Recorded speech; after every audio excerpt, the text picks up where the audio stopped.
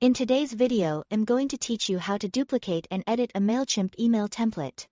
To get started, open Mailchimp in your web browser and sign in to your account. Once you're logged in, look over to the navigation panel on the left-hand side. From there, click on the campaigns icon and then choose Email Templates.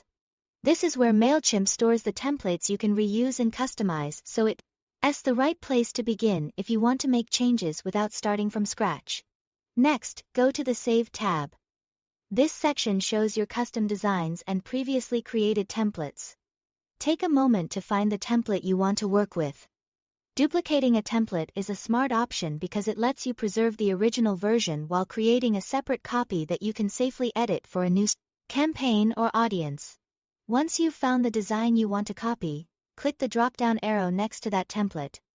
In the menu that appears, choose Replicate Template. Mailchimp will instantly create a duplicate, and you will usually see it labeled with a prefix such as copy of. This helps you identify that it's a newly replicated version and not the original.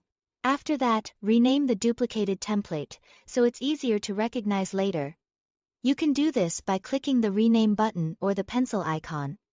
At the top, give it a clear and updated name that reflects the purpose of the email.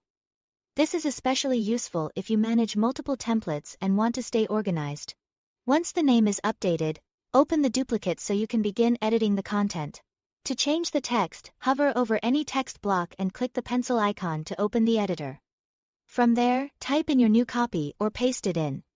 As you update your content, make sure it matches the message and tone you want for this version of the email.